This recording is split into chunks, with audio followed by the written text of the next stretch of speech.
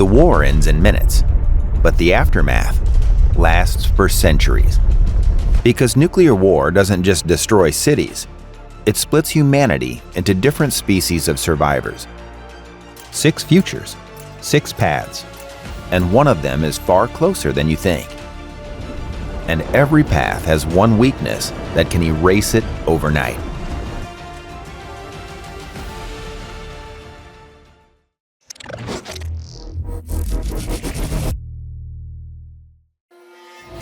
They call it safety, but it's really a trade, air for freedom. When the bombs fall, the lucky reach government bunkers, private shelters, and abandoned military complexes. Artificial lighting replaces the sun. Hydroponics replace soil. Machines recycle water in closed loops. At first, it feels like order survived. Schedules, duties, rules, rations. A routine is a powerful drug. But then the months stack into years. No sunlight breaks sleep cycles. People become exhausted, irritable, paranoid. In a bunker, small conflicts don't fade, they ferment. Children grow up never seeing the sky. A whole generation learns that Earth is a story adults tell to keep them calm, and everything depends on maintenance. One filter failure, one contaminated intake, one broken seal. Thousands die in a place designed to keep them alive. The bunker age can last a long time, but its enemy isn't radiation, it's time. And eventually the question becomes unavoidable. When do you open the hatch? And what's waiting outside?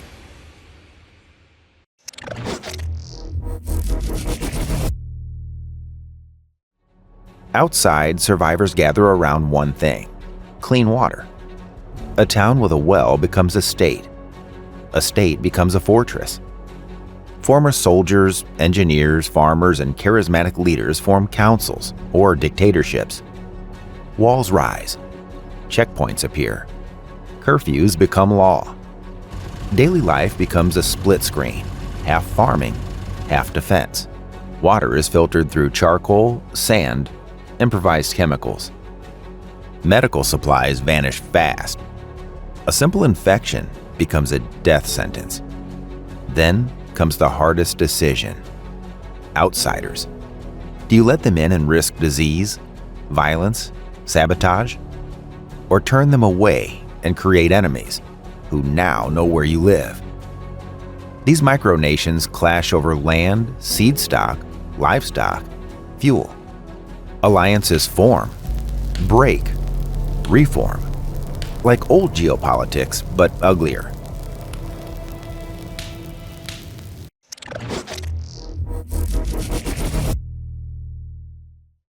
In the hardest hit regions, nothing stays standing long enough to rebuild. Fallout blankets cities. Rivers go toxic. Infrastructure rots.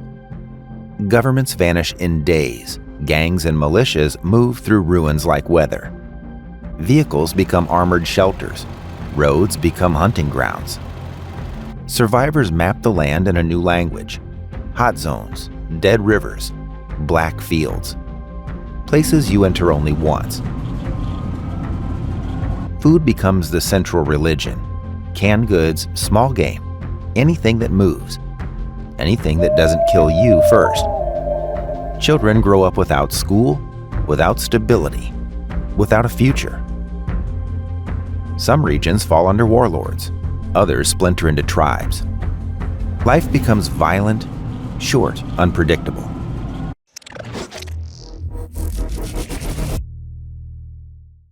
A tiny fraction of humanity survives above the planet.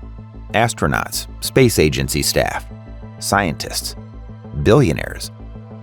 Orbital stations, lunar bases, Mars outposts.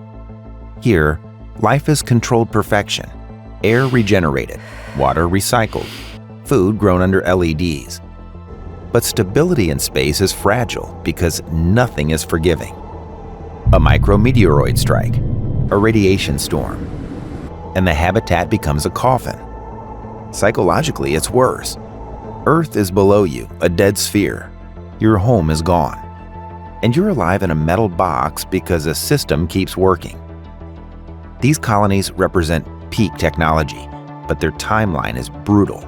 They must expand, terraform, build self-repairing habitats, or die slowly. And the question that haunts them isn't, can we survive? It's this: do we ever return? Or are we becoming something else?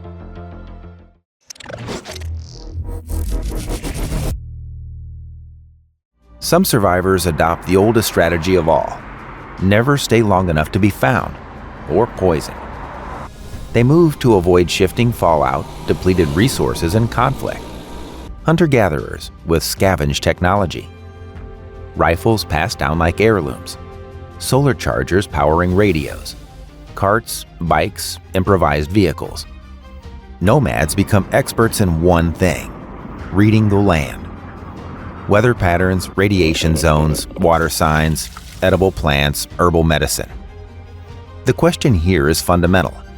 Can a civilization exist without roots? Or will movement keep them alive, but keep them primitive forever?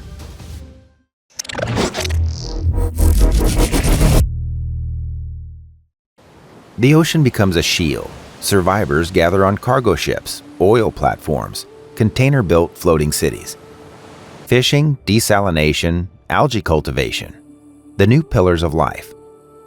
At sea, fallout is weaker, but danger is constant. Storms, rogue waves, mechanical decay. Without maintenance, engines fail. Desalination units degrade. Metal corrodes. Navigation becomes deadly if satellites and GPS networks are gone, and piracy returns, not as a crime but as survival. Yet with coordination, these societies can stabilize. Solar arrays, wind turbines, floating greenhouses, aquaponics. And then the most haunting dilemma arrives: land. Is Earth safe enough to return? Or does the ocean become home forever, and humanity evolves into a maritime species?